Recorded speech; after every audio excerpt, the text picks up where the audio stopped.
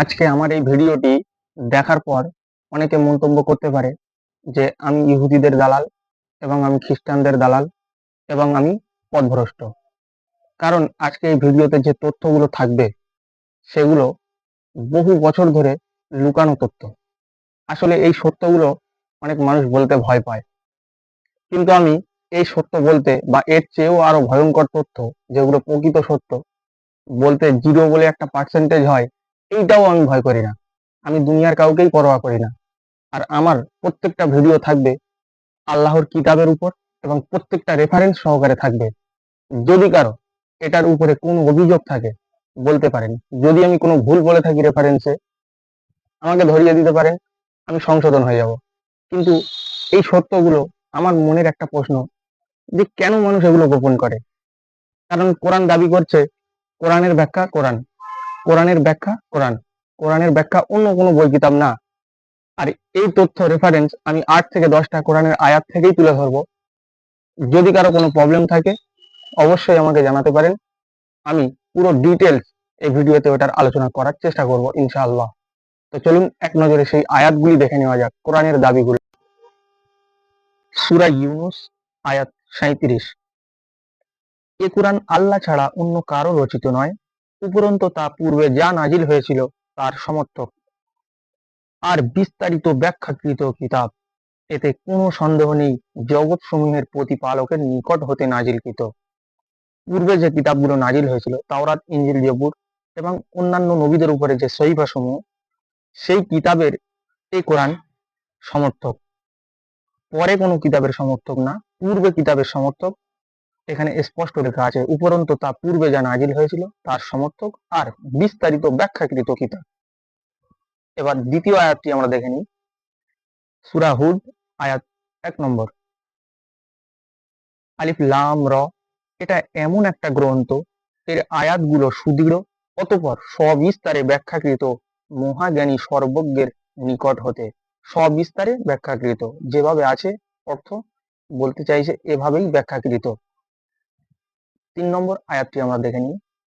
হামিম সাজদা বা ফুসসিলাত 41 নম্বর সূরা, 3 নম্বর আয়াত। এক কিতাব যার আয়াতগুলো বিস্তারিতভাবে ব্যাখ্যাকৃত, আরবি ভাষার কোরআন, জ্ঞান সম্পূর্ণ মানুষদের জন্য। এটি জ্ঞান সম্পূর্ণ মানুষদের জন্য। 4 নম্বর আয়াতটি আমরা দেখে নিই। সূরা নাহাল 16 নম্বর সূরা, 44 নম্বর আয়াত।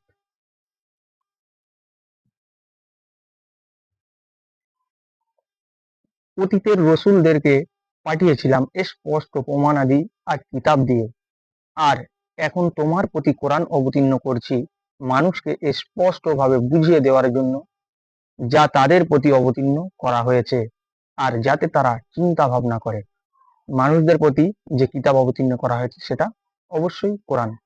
কারণ সূরা দাহারের 23 নম্বর আয়াত পড়ে দেখবেন এবং সূরা আনামের 19 নম্বর আয়াত পড়ে দেখবেন নবীজির উপরে কোরআনকে নাজিল করা হয়েছে। এবং সূরা ইউসুফের 1 থেকে 10-এর মধ্যেই উল্লেখ আছে, এই কোরআন আমি তোমার কাছে ওহী যোগে পাঠিয়েছি। এবং পরবর্তী আয়াতটি আমরা দেখে নিই।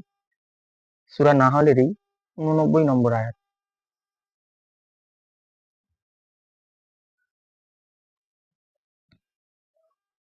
সেদিন আমি প্রত্যেক উম্মাত থেকে তাদের নিজেদেরই মধ্যে হতে একজন সাক্ষী দাঁড় করাবো, আর এই লোকদের ব্যাপারে সাক্ষ্যদাতা হিসেবে হে মুহাম্মদ আমি তোমাকে আনবো।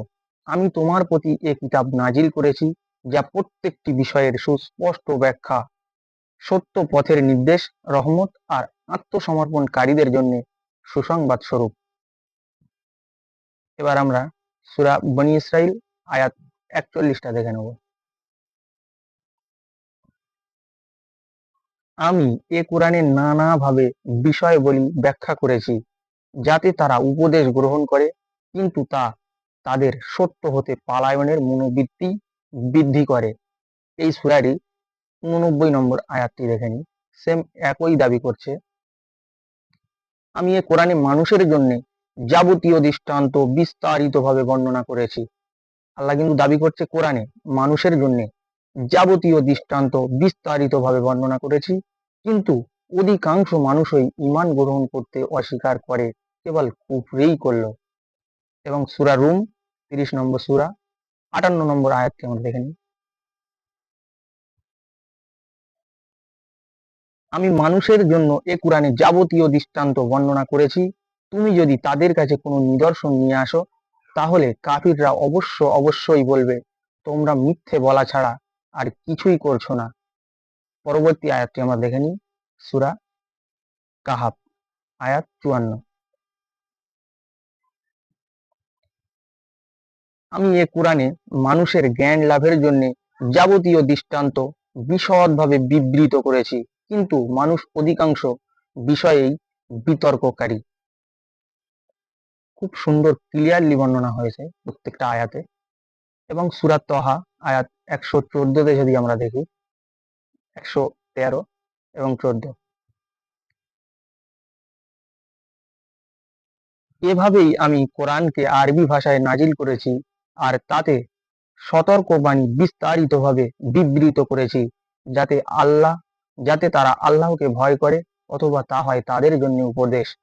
এবং 114 নম্বর আয়াত, আল্লাহ সর্বোচ্চ প্রকৃত অধিপতি, তোমার প্রতি আল্লাহ ওহী সম্পূর্ণ হওয়ার পূর্বে তুমি কোরআন বক্ষে ধারণের ব্যাপারে তাড়াহুড়ো করো না, আর বলো হে আমার প্রতিপালক জ্ঞানে। সূরা কাহাফ আয়াত 27 আল্লাহ বলছে, আর তুমি তোমার কাছে ওহীকৃত তোমার প্রতিপালকের কিতাব থেকে পাঠ করে শোনাও, তার কথা পরিবর্তন করে দেবে এমন কেউ নেই, আর তাকে ছাড়া তুমি কখনো অন্য কাউকে আশ্রয়স্থল হিসেবে পাবে না। তো আল্লাহর এই কথা কেউ পরিবর্তন করতে পারে না বলে আজকের কিন্তু আমরা প্রকৃত সত্যটা এই কিতাব পড়ে পড়ে কিন্তু বুঝতে পারছি, এবং আল্লাহ এই কিতাবকে হেফাজতের দায়িত্ব নিয়েছেন, তার জন্য কিন্তু এই সত্যগুলো আমরা জানতে পারছি। সূরা হিজর আয়াত 9, নিশ্চয়ই আমি কোরআন নাজিল করেছি আর অবশ্যই আমি তার সংরক্ষক। কিন্তু আল্লাহ কোরআনকে সংরক্ষণের দায়িত্ব নিল, অন্য কিছু কেন নিল না? খুব সহজ উত্তর, কারণ সেগুলো আল্লাহর প্রয়োজন পড়েনি তাই। যদি থাকতো তাহলে আল্লাহ কোরআনের পাশাপাশি সেই সমস্ত সবগুলোকেই দায়িত্ব নিয়ে নিতেন। সর্বশেষ সূরা যুখরুফ আয়াত 43 এবং 44টা আমরা একটু দেখে নিই।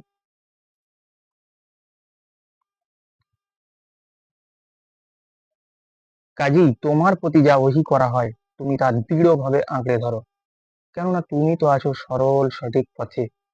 এবং সূরা যুখরুফের 44 নম্বর আয়াত, এ কোরআন হলো অবশ্যই তোমার জন্য আর তোমার জাতির জন্য উপদেশ বাণী, আর এ সম্পর্কে অচিরেই তোমাদেরকে জবাবদিহি করতে হবে।